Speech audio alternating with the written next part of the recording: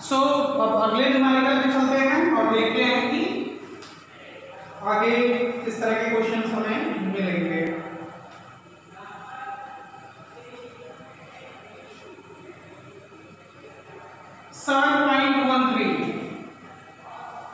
A coil of inductance 0.50 Henry. Inductance की value is already given 0.50 Henry and resistance is 100 ohm is connected to, यानी ये Vrms है, याद रखिएगा ये जो वैल्यूज दी रहेंगी हमेशा इफेक्टिव वोल्टेज या रूट मीन स्क्वायर वोल्टेज है। इफेक्टिव वोल्टेज यानी जितनी वोल्टेज आपको मिल रही है, मैक्सिमम वोल्टेज हमें मिलती नहीं है, मैंने बताया था। और कितनी फ्रीक्वेंसी पे सप्लाई है 50 हर्ट्ज। ये अब आपको ये बताना है कि what is the maximum current in the coil. तो maximum current in the coil के लिए हमारे पास पहले क्या होना चाहिए, हमारे पास टोटल रेजिस्टेंस होना चाहिए यानी इंपीडेंस होना चाहिए। तो इंपीडेंस का फार्मूला हमें पता है R² + XL - XC का होल स्क्वायर। अब बताइए क्या इसमें XC है, क्या है, ये है ही जीरो हो जाएगा, यानी हमारे पास रेजिस्ट क्या हो जाएगा, इंपीडेंस R² + XL व्हाट, ये है ही, तो बचा क्या XL²। ये तो this is our impedance. Impedance R की वैल्यू आपको पता है, इट इज व्हाट, पहले XL निकाल लेते हैं यहीं पे। तो XL = कितना हो जाएगा, ओमेगा या 2 पाई न्यू L। तो 2 पाई ऐसे छोड़ दीजिए, न्यू की वैल्यू कितनी दी है 50 एंड L इज व्हाट 0.50। तो ये कितना हो जाएगा 100 और 100 से इसमें मल्टीप्लाई करेंगे तो हो जाएगा 50 पाई। चलिए तो Z = कितना हो जाएगा, Z की वैल्यू निकालिए, R² यानी 10,000 और XL का स्क्वायर यानी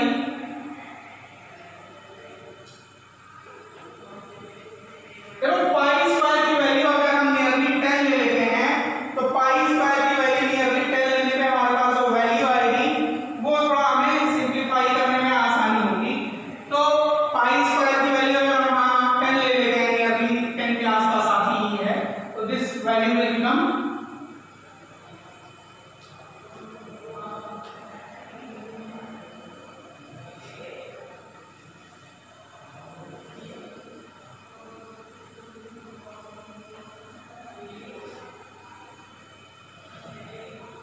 ठीक है। तो ये टोटल रेजिस्टेंस की वैल्यू हमारे पास हो गई दिस मच, इसको अभी थोड़ी देर में सॉल्व किया जाएगा। नाउ अब हम IRMS अगर निकालें तो IRMS की वैल्यू हमारे पास कितनी होगी, Vrms / Z। तो ये वैल्यू कितनी आएगी 240/√3500। तो ये वैल्यू जब हम सॉल्व करेंगे तो the value of current will become what, ये वैल्यू RMS वैल्यू हमारे पास आएगी 35,000। अगर इसे हम सॉल्व करें तो ये वैल्यू कितनी हो जाएगी, इसमें से 00 बाहर आ जाएगा, यानी ये हो गया, इससे कैंसिल हो जाएगा, यानी 24/√350। यह RMS वैल्यू हो जाएगी। और मैक्सिमम करंट पूछा है तो ये कितना होता है, मैक्सिमम करंट = IRMS × √2, कितना एम्पीयर। तो ये वैल्यू कितनी हो जाएगी 24/350 ये हो जाएगा √2 टाइम्स।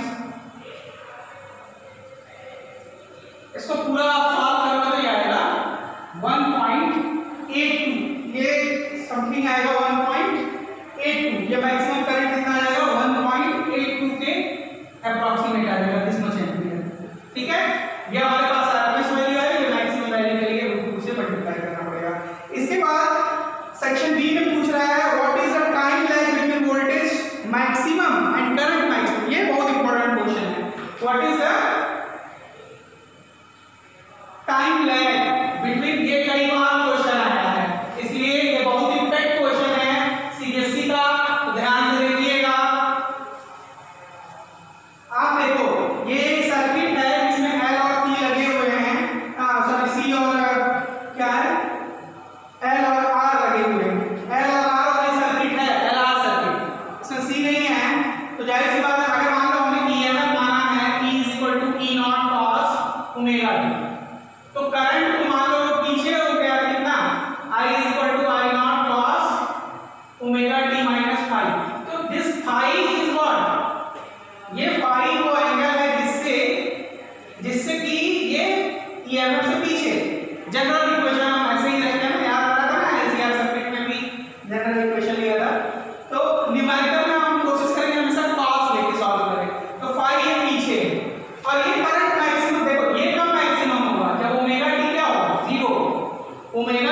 जीरो होगा तो ई किसके बराबर हो जाएगा, ई जीरो के बराबर, क्योंकि cos जीरो क्या होता है 1, तो तब ई मैक्सिमम हो जाएगा। इस कंडीशन में यदि करंट को मैक्सिमम करना है, I will be I naught, कब होगा, when omega T minus five भी क्या होगा, जीरो, तभी तो होगा। यानी omega T is equal to कितना हो जाएगा, फाइव के बराबर हो जाएगा।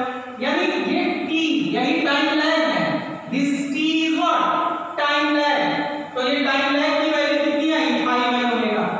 तो जिन लोगों का याददाश्त तेज है वो बहुत ही इंपॉर्टेंट रिलेशन ये है, the time lag between maximum voltage and current की डायरेक्टली फार्मूला भी आप निकाल सकते हैं। तो ये हो गया। अब सवाल उठता है कि कितना, अब न्यूमेरिकल पे आते हैं, कैसे इसको निकालेंगे। चलिए अब निकालना शुरू करते हैं। तो हमारे पास ओमेगा तो है, ओमेगा की वैल्यू आप जानते हो क्या निकाल रहे हो, 2 पाई न्यू। चलो 2 पाई न्यू का मतलब कितना हो गया,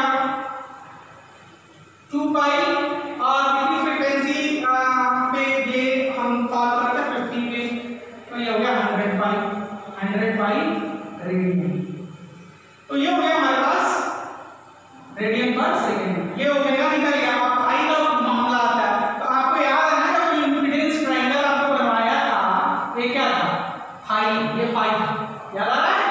और इस पे हम क्या लेते थे, इस पे हमारा होता था एक्सएल माइनस एक्ससी, तो जब इस पे होता था एक्सएल माइनस एक्ससी, लेकिन अब यहाँ क्योंकि एक्ससी है ही नहीं, यानी यहाँ पे केवल क्या होगा, एक्सएल होगा, और यहाँ पे होता था आर, और यहाँ होता था जेड। तो एक्सएल माइनस एक्ससी में एक्ससी है ही नहीं, केवल एक्सएल है, तो 10 पाई, 10 पाई इज इक्वल टू कितना हो जाएगा, एक्सएल अपॉन आर। हाँ जी, अब एक्सएल की वैल्यू आप बताइए क्या आ जाएगा, ओमेगा इनटू एल। एक्सएल की वैल्यू कितनी हो जाएगी, omega into L upon R. अब ये 10 पाई जस्ट टच छोड़ दीजिए, ओमेगा की वैल्यू आपने निकाला हुआ है वो है 100 पाई, और आर की वैल्यू आपने क्या निकाला है, जरा देखें तो, हाँ जी आर दिया हुआ है ना, मिट गया था मुझसे, आर दिया हुआ है 100 यही वाला क्वेश्चन है ना, आर दिया हुआ 100 चलिए ये 100 ओम कर दिया साहब हमने, 100 से 100 कट गया, तो पाई की वैल्यू कितनी आ गई, 10 इनवर्स पाई। अब इसको एंगल में बदलने की जरूरत नहीं है, ऐसे ही छोड़ दीजिए, यानी हमारे पास पाई की वैल्यू कितनी है, 10 इनवर्स पाई।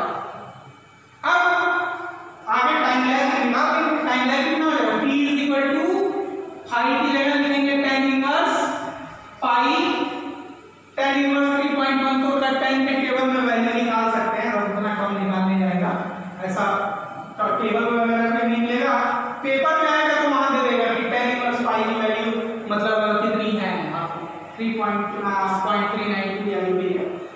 तो 10 इनवर्स पाई, ये पाई की वैल्यू रखी है आपने, और ओमेगा आपने निकाल के रखा हुआ है, कहाँ है ओमेगा की वैल्यू 100 पाई, 100 पाई।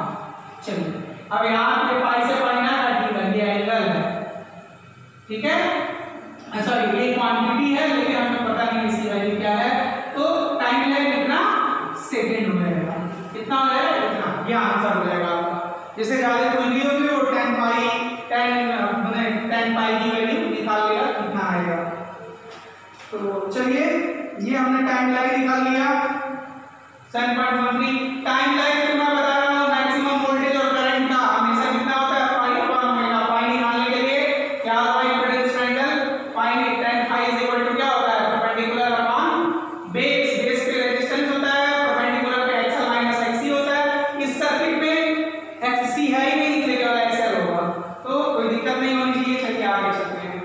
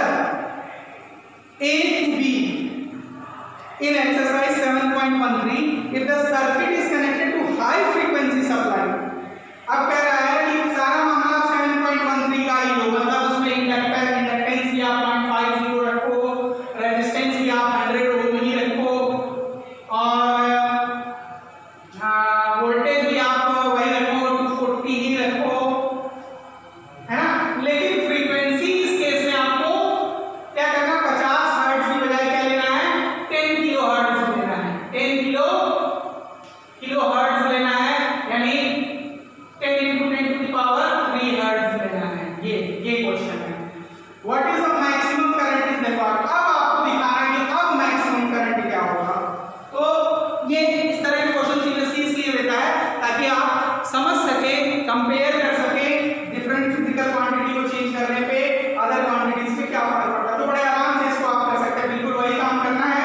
आप सबसे पहले क्या निकालेंगे, आप निकालेंगे इंपीडेंस। तो इंपीडेंस यहाँ कितना हो जाएगा, इंपीडेंस हो जाएगा आपका एक्सएल स्क्वायर, एक्सी है नहीं, प्लस आर स्क्वायर। और एक्सएल जब आप निकालोगे बच्चों तो यहाँ आप हमेशा क्या निकालते हो, ओमेगा एल है जी, ओमेगा एल निकालते हो। एक्सएल की वैल्यू कितनी हो जाएगी यहाँ पे, sorry XL is equal to omega L हो जाएगा। यहाँ omega is equal to 2 pi nu. अब यहाँ न्यू देखो कितना है, 10 टू द पावर 4 है ना। और एल की वैल्यू कितनी है 0.50। इस कंडीशन में आपके पास कितना आ जाएगा 2 पाई।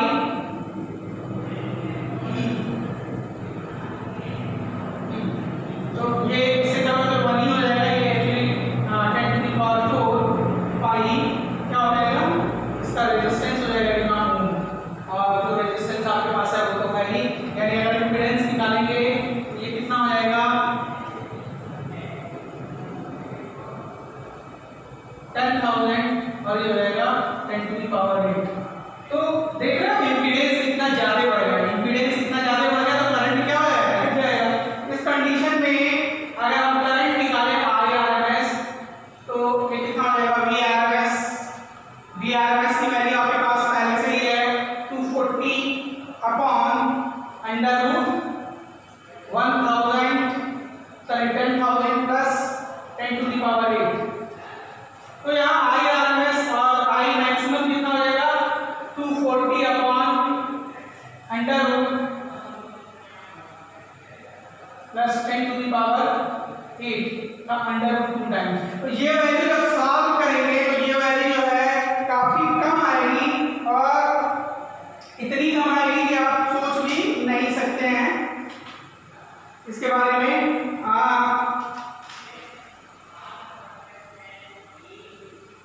its value will become something 10 to the power -2, यानी मतलब पॉइंट में आएगी। ये काफी कम वैल्यू है। It's a very small, much less than first case. तो कंपैरिजन करने वालों ये आप सॉल्व कर लीजिएगा बैठ के, यहाँ घंटे में सॉल्व नहीं करूंगा। तो ये value is coming very less, first case से बहुत कम आ रहा है। क्यों आ रहा है बहुत कम, क्योंकि आपने फ्रीक्वेंसी बढ़ा दी है। तो इसका मतलब फ्रीक्वेंसी बढ़ाने पे रेजिस्टेंस के ऊपर तो रेजिस्टेंस पे कोई फर्क नहीं पड़ रहा, लेकिन क्या होगा इसका रेजिस्टेंस बहुत बढ़ जाएगा इंडक्टर का। इसका मतलब when you will increase the frequency the resistance of the inductor will increase, so the current, total current through the circuit will reduce to a large value। ये यहाँ कंपेयर कराने की कोशिश कर रहा है। तो इसको भी हम यही खत्म करते हैं, बिल्कुल 7.13 ही है वो आप करते हैं।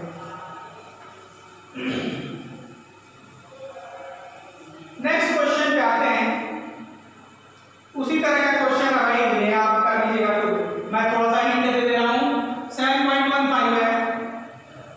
अभी पहले वाले में क्या लगा हुआ था, आरएल सर्किट था। ये वाला कौन सा, आरसी सर्किट है।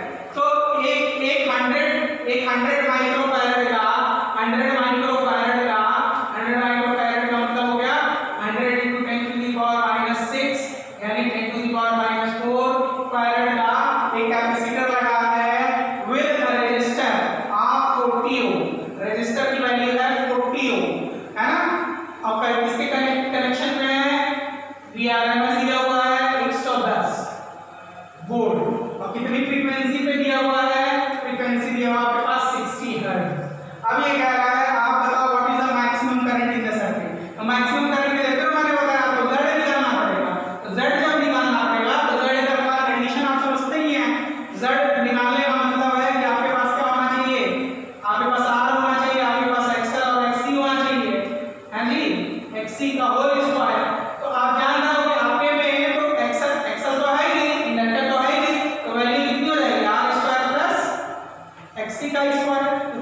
रखोगे।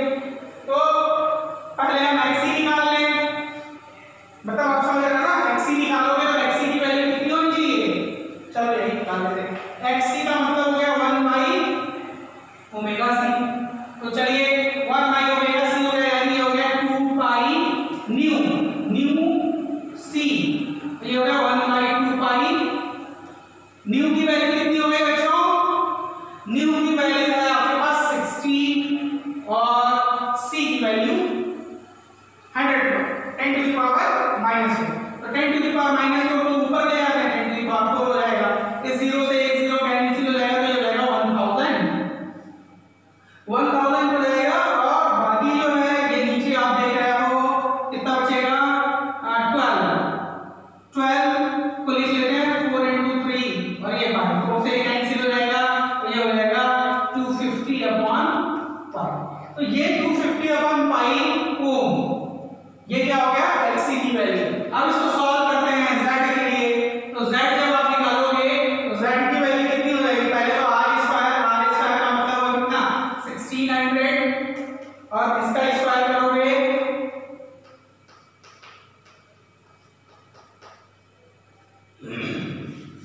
कितना, तो ये 1600 तो हो गया इसका, और ये पाई स्क्वायर की वैल्यू अगर हम 10 रख लेते हैं, ये 1600 ये हो जाएगा और ये हो जाएगा 6250 के आसपास लगभग। तो ये कितना हो जाएगा,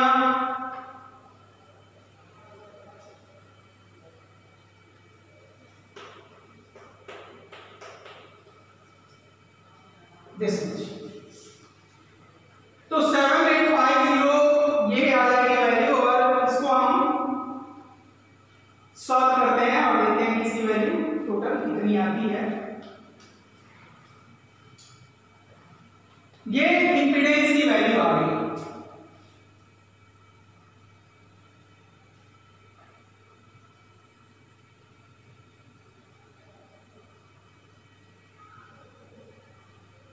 अब अगर हमें करंट निकालना है तो I इक्वल टू आप जानते हो VRMS, या IRMS है अपॉन VRMS अपॉन Z।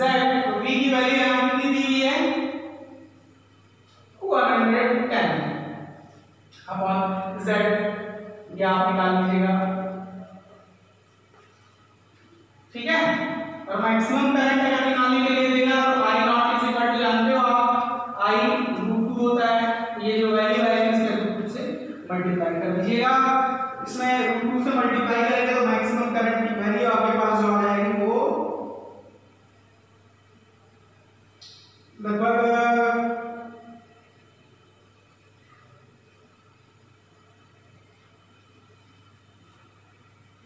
ये लगभग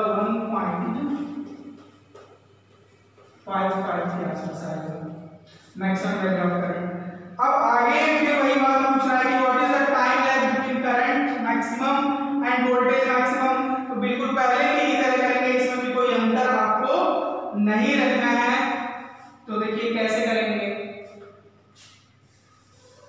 current maximum end voltage maximum कुछ नहीं करना है, जैसे पहले बिल्कुल आपने कर रखा है वही काम आपको फिर से करना है। करंट मैक्सिमम और वोल्टेज मैक्सिमम का मतलब क्या होगा, करंट मैक्सिमम आप जानते हो इस तरह के क्वेश्चन में अगर इसको आपने माना ओमेगा टी तो करंट इससे थोड़ा पीछे चलता है आई, हाँ न्यूमेरिकल अक्सर cos के साथ करेंगे, याद रखिएगा cos ओमेगा टी माइनस 5। तो देखो मैक्सिमम ये कब होगा, जब ये थीटा क्या हो 0, और ये मैक्सिमम कब होगा जब ये पूरा 0 हो। तो करंट मैक्सिमम कब होगा, करंट मैक्सिमम होगा I is I naught when omega T minus 5 is equal to 0। तो टी इज इक्वल टू कितना हो जाएगा 5 अपॉन ओमेगा। अब इंपीडेंस ट्रायंगल याद रखो, यहां क्या होगा एक्सल लाइन से एक्सी, तो एक्सल लाइन है यहां क्या होगा एक्सी होगा, यहां क्या होगा आर होगा। तो यहां 5 अगर निकालना है तो पहले हमें tan 5 निकालना होगा, यही है ना 5। तो tan 5 is equal to XC upon R, बाकी कहानी आप जानते हो बैठ के करना। 5 इज इक्वल टू कितना हो जाएगा tan इनवर्स एक्सी की वैल्यू कितनी है भाई हमने निकाला था XC की वैल्यू, हाँ चलो ऐसे लिख लो 1/ωc r, ये हो जाएगा दिस मच। अब ओमेगा 2π करके निकाल लीजिएगा तो ये निकल जाएगा, यानी t कितना हो जाएगा tan इनवर्स, ये वैल्यूज आप खुद रख लीजिएगा, 1 घंटा बैठ के अब हम इतना सॉल्व नहीं करेंगे। ओमेगा सी आर ये, और नीचे रेजिस्टेंस की वैल्यू आपके पास है ही, याद रख लीजिएगा, तो ये टाइम लाइन आपका निकल जाएगा। चलिए बिल्कुल 7.16 7.15 पे ही है, इसमें ये बताने की कोशिश कर रहा है कि अगर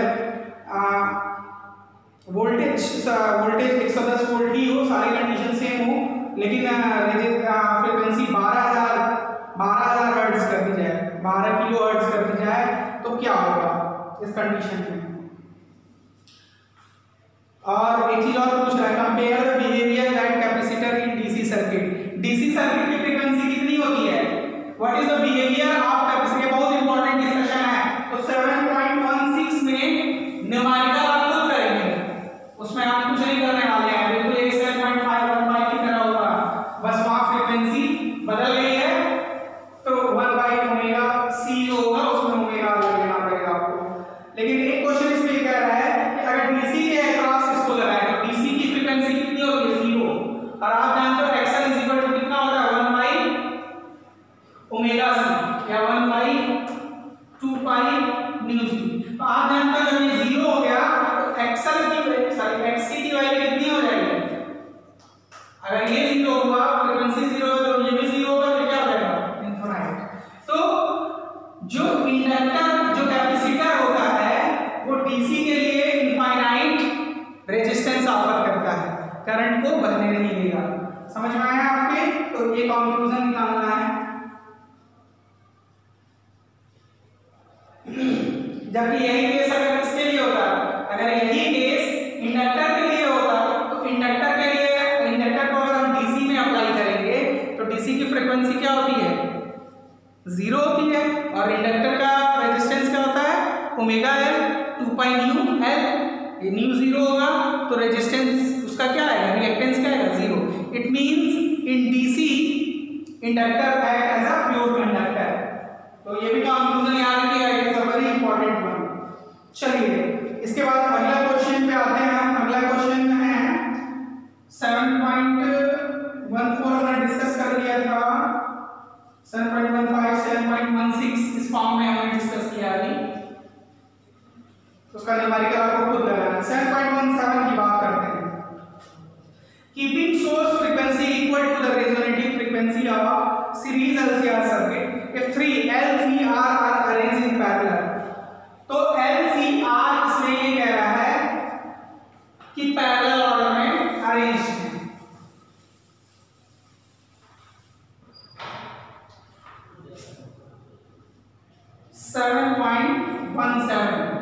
keeping in the source frequency equal to the resonating frequency. याद रखिएगा जो सोर्स फ्रीक्वेंसी है वो रेजोनेटिंग फ्रीक्वेंसी के बराबर है LCR सर्किट के। इसमें LCR जो है तीनों पैरेलल ऑर्डर में लगे हुए हैं, मान लो R लगा हुआ है, फिर इधर ये C लगा लिया और ये L लगा दिया, तीनों पैरेलल ऑर्डर में रखे हुए हैं। एंड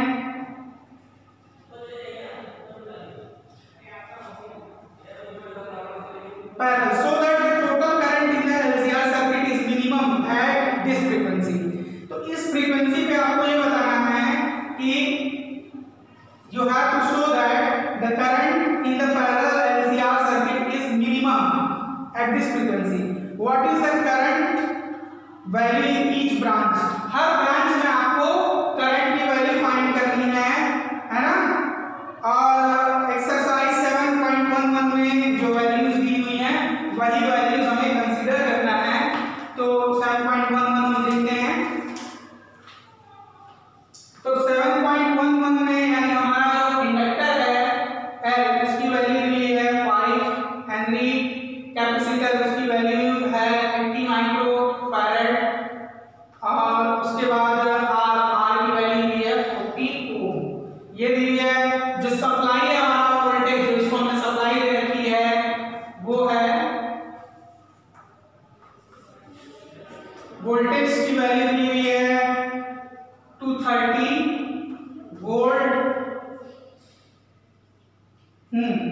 तो इसको जो फ्रीक्वेंसी है वो किस फ्रीक्वेंसी पे हम इसकी सप्लाई कर रहे हैं, वो इसकी नेचुरल फ्रीक्वेंसी के बराबर है।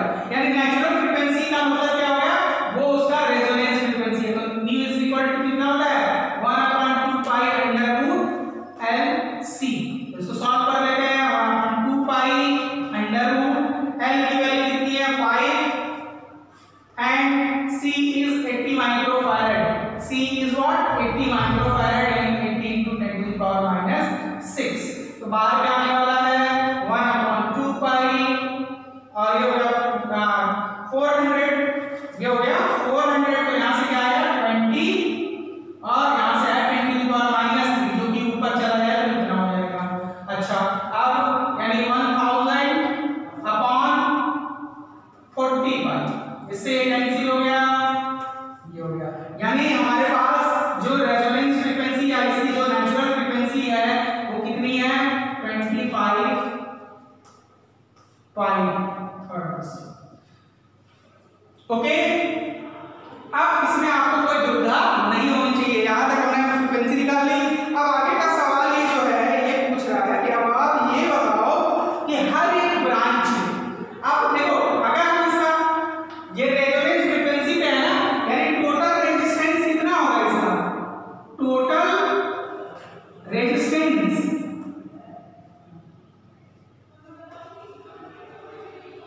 यानी इंपीडेंस। भाई आप जानते हो चाहे पैरेलल हो या सीरीज, जब भी रेजोनेंस हो रहा होगा टोटल इंपीडेंस हमेशा किसके बराबर होगा 8 के बराबर। यानी कितना होगा 40 ओम के बराबर। ज्यादा सोचने समझने की जरूरत नहीं है, एनसीईआरटी के क्वेश्चन लंबे होते हैं लेकिन कंसेप्चुअल होते हैं। तो भाई चलो रेजिस्टेंस हमको पता चल गया। अब जब रेजिस्टेंस पता चल गया तो हम टोटल करंट निकाल सकते हैं। तो चलो करंट निकाल के देखते हैं। यहां तक कोई डाउट तो होगा नहीं, हम इसको छोड़ देते हैं और फ्रीक्वेंसी की आगे हो सकता है जरूरत पड़े तो आगे की बात करते हैं। इसको जरा इधर रखते हैं।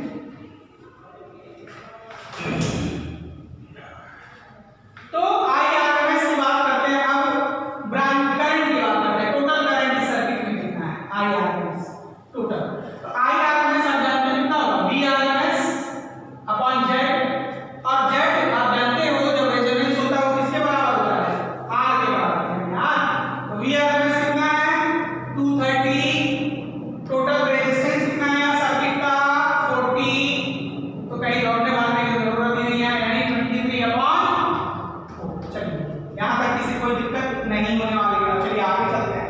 अब हर ब्रांच का करंट हमको निकालना है, हर ब्रांच का करंट निकालना है। चलिए निकालते हैं ब्रांच का करंट। हाँ तो इसका पहले हम इंपीडेंस निकालेंगे, इसका इंपीडेंस निकालेंगे और हर ब्रांच में हमको क्या निकालना है 7.17। हाँ current RMS value in each branch. तो ईच ब्रांच में करंट कितना जाएगा आरएमएस वैल्यू इतना ही जाएगा। क्या है ये है आपका पैरेलल ऑर्डर।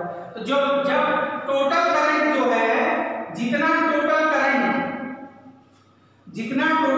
आपके सर्किट में जा रहा है उस टोटल करंट का जो वैल्यू रजिस्टर पे जाता है वही वैल्यू बाकी सब पे वही टोटल करंट होता है। तो क्योंकि बाकी इसमें जो करंट आएगा इस पे जो करंट आएगा वो आप जानते हैं किस ऑर्डर में होगा, उसका ऑर्डर होगा उल्टा, है ना। यानी अगर हम फेजर ड्रॉ करें तो यहां इस डायरेक्शन में आईएल होगा और इस डायरेक्शन में क्या होगा आईसी होगा। तो ये दोनों कैंसिल हो जाएंगे, जो बचेगा वो क्या बचेगा आईआर। और आईआर ही क्या होता है टोटल करंट, टोटल याद रखिएगा।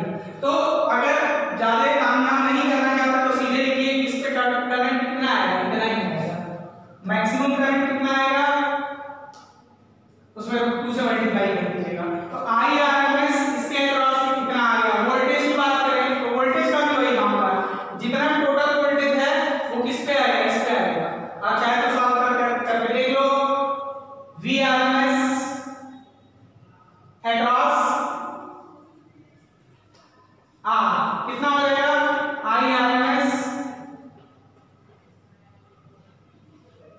IRMS into.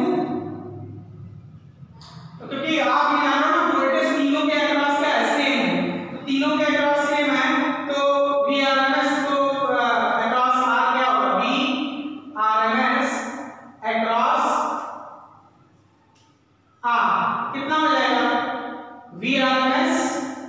VRMS कितना है 230 अपॉन रेजिस्टेंस 40 यानी 23 अपॉन 4 सॉरी ये तो करंट की बात थी ना।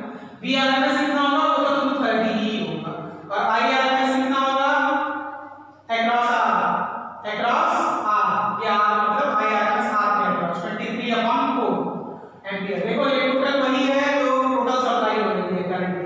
अब देखो voltage across inductor, voltage across inductor, तो वोल्टेज अक्रॉस इंडक्टर कब निकलेगा जब आपके पास एक्सल हो और साथ ही साथ क्या हो मतलब वोल्टेज अक्रॉस यानी VL हो अपॉन एक्सल, यही ना voltage across inductor upon resistance of inductor. तो VL की वैल्यू तो जानते हो सब पे वोल्टेज तो सेम होगा क्योंकि पैरेलल में है, ये क्या होगा 230 करंट है ना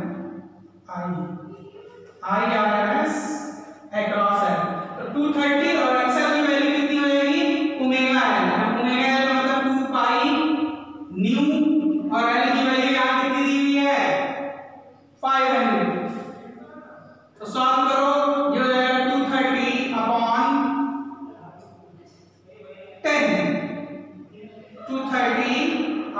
10 पाई और फ्रीक्वेंसी किस फ्रीक्वेंसी पे सप्लाई दी गई थी वो हमने निकाला था 25 बाई पाई, ये 25 ये अपॉन पाई, तो पाई से पाई कैंसिल हो गया और ये 10 से 10 कैंसिल हो गया तो ये वैल्यू कितनी आ गई 23 अपॉन 25 एम्पियर। ठीक है तो ये आरएमएस वैल्यू किसकी अक्रॉस आई इंडक्टर के अक्रॉस आई और यही वैल्यू अगर मैक्सिमम निकालना होगा तो 2 से मल्टीप्लाई कर दीजिएगा।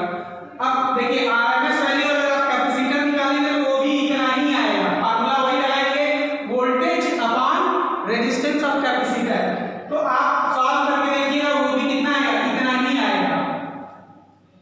तो अगर टोटल करंट आप निकालेंगे तो कितना आएगा सप्लाई आप कितना दिए थे इतना और वो किसके अक्रॉस है इंडक्टर के, लेकिन क्यों ये करंट क्यों नहीं ऐड हो रहा है क्योंकि हमको मालूम है टोटल करंट तो I1 + I2 + I3 होता है ना। आंसर क्या लिखेंगे सॉल्व करके आप देख लीजिएगा, मैं सॉल्व नहीं करूंगा कि अगर IRMS हम निकालें किसके अक्रॉस कैपेसिटर के तो उसकी वैल्यू कितनी होगी VRMS अपॉन XC, इसकी भी वैल्यू कितनी आएगी उतनी आएगी 23 अपॉन 25। सॉल्व करके आप देख लीजिएगा इतना ही आएगा। तो टोटल करंट आप कहेंगे कि उसको जोड़े इसको जोड़े तो वो तो सप्लाई के बराबर नहीं आ रहा है, तो टोटल करंट तो इतना है 23 अपॉन 4 और 23 अपॉन 4 प्लस ये तो ज्यादा हो जाएगा। तो आंसर फिर मैं समझा रहा हूं याद रखिएगा ये आपका रेजिस्टर लाइन कंपोनेंट नहीं है, यहां जो करंट का फेल होगा वो 90 डिग्री आगे होगा, यहां जो होगा वो 90 डिग्री पीछे होगा इंडक्टर में, इसलिए फेजर से याद रखिएगा IL 90 डिग्री आगे IC 90 डिग्री पीछे, both are equal and both are opposite so they cancel each other and the total resistance total current become this much। आया समझ में आपके? तो ये चीज याद रखिएगा। तो ये क्वेश्चन ऐसे लगेगा और ये हमारी रिजॉल्व होगी कि why the total current is coming to be greater than the actual value, है ना, calculated value is greater than calculated value of total current is greater than the practical value। तो practical value या applied value से it is coming to be greater because कि हमने सीधे उसको add कर दिया है और ऐसा नहीं होता है in such components the total current is found by some different method। why कि this current in the inductor and current in the capacitor are in different phase, both are flowing in opposite direction, so